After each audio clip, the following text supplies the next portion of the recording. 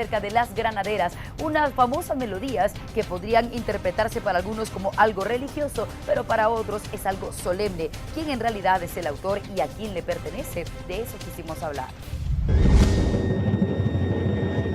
Con la llegada de la Cuaresma, los olores y cánticos religiosos propios de la Iglesia Católica inundan el ambiente de las ciudades y poblados del territorio guatemalteco. Pero un sonido en particular hace el deleite de los miles de feligreses que acuden a los distintos cortejos procesionales. Hablamos de la granadera.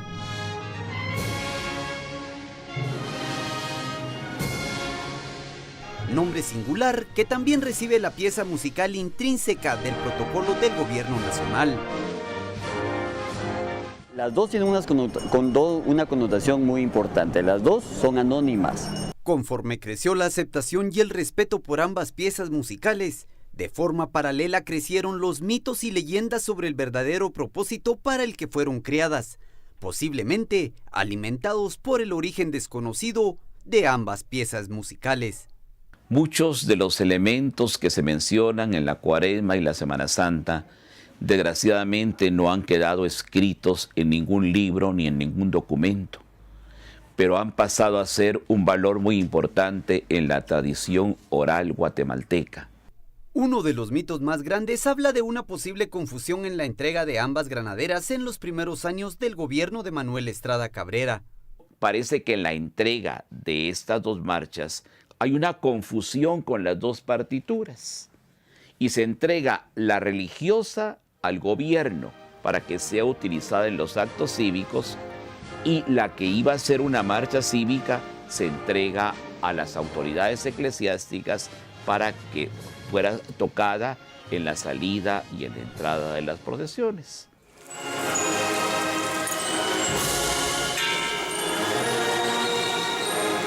Leyenda que podría deberse al buen humor y sarcasmo chapín para criticar a los gobiernos de turno.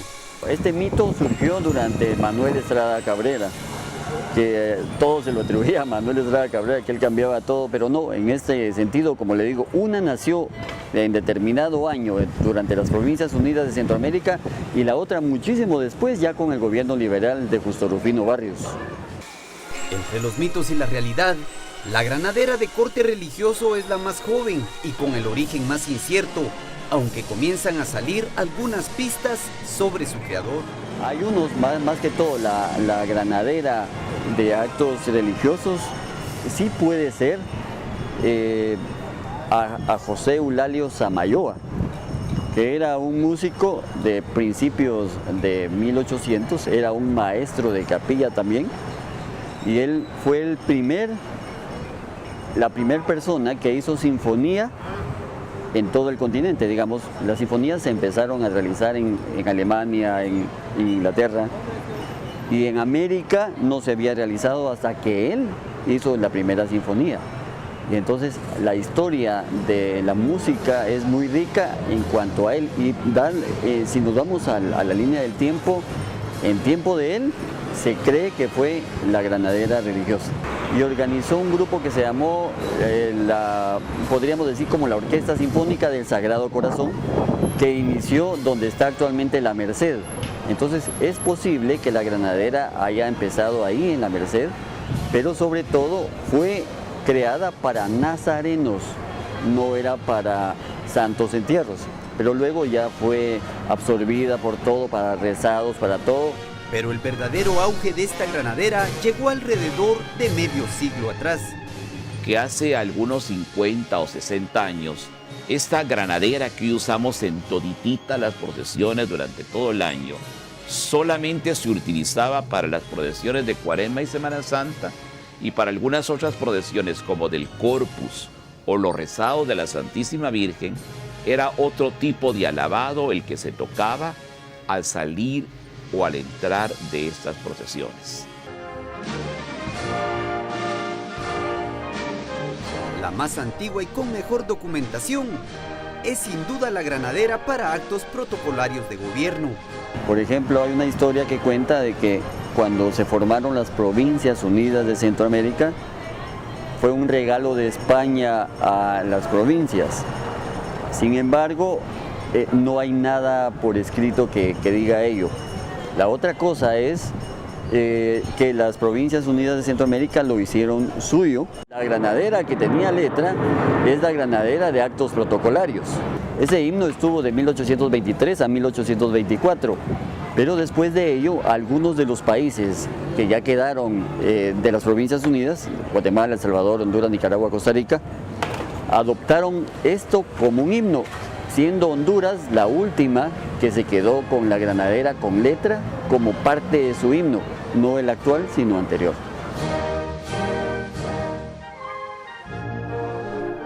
La granadera para actos protocolarios en 1975 sufrió un gran cambio, cuando el maestro originario de Antigua Guatemala, Álvaro de León Cruz, escribió una nueva letra para honrar a la bandera nacional. En 1993 fue cantada por las y los maestros durante la clausura de sesiones de la Asociación de Auxilio Póstumo del Magisterio Nacional. A partir de esa fecha, sin tener el reconocimiento oficial de gobierno, los estudiantes y maestros del país la hicieron suya como canto. La granadera escolar. Gustavo Ralón, Mauricio Monterroso y Walter Orozco, Al Límite.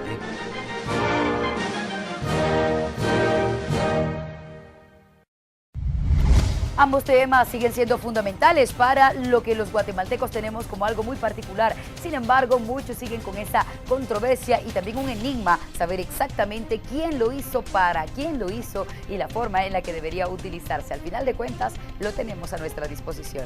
Hay más. Y ahora quiero contarles acerca de la Iglesia de la Recolección, una de las más grandes de Guatemala y que se caracteriza por tener la posibilidad de también tener muchos cargadores y de mucha tradición. Pero quisimos conocer un poco más acerca del trabajo que hacen en estos días y esto hemos conseguido.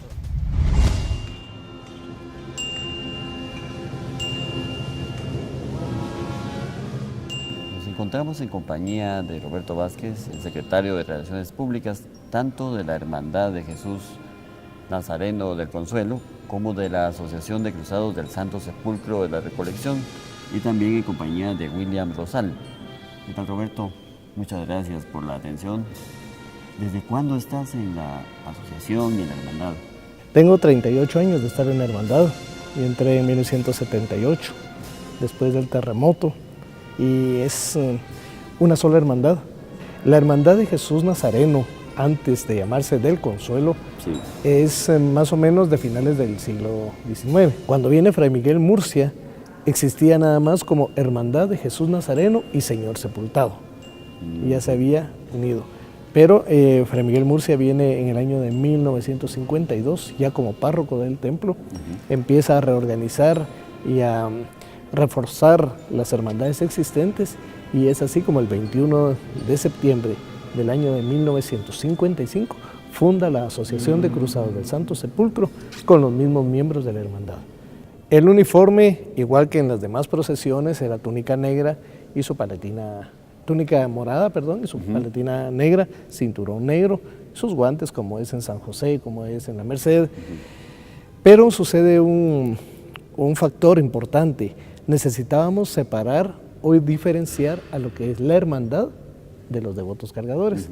Y es así como durante casi 20 años la Hermandad de Jesús Nazareno del Consuelo usaba su capirote color blanco, túnica negra,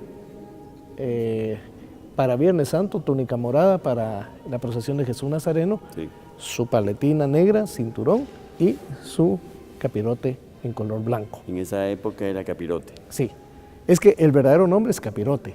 Nosotros aquí le llamamos suaneso. Eso es lo que quería preguntarte también. ¿Por qué suaneso?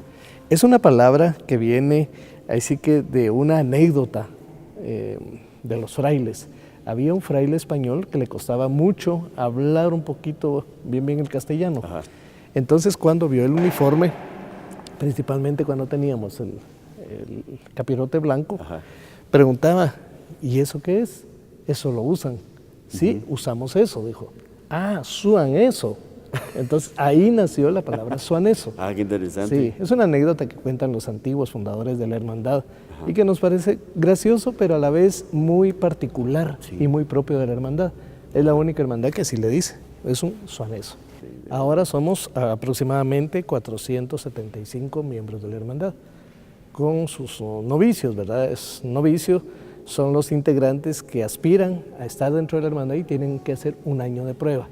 Un año en el que vienen todos los sábados, reciben catequesis, reciben preparación espiritual, reciben historia, participan activamente, tienen que tener por lo menos un 95% de asistencia de un año. Y es así como el martes santo del año siguiente que ellos ingresan, es que ya son miembros de nuestra hermandad, tanto de Jesús Nazareno como de la Asociación de Cruzados del Santo Sepulcro. Perfecto. ¿Y es una ceremonia secreta todavía? No. Es pública, es una Eucaristía, como algo bien especial, se firma un libro. Ese libro es desde la fundación, es el mismo libro que año con año firma el novicio junto con su padrino. Y está registrado los nombres desde finales de los años 50 hasta la fecha.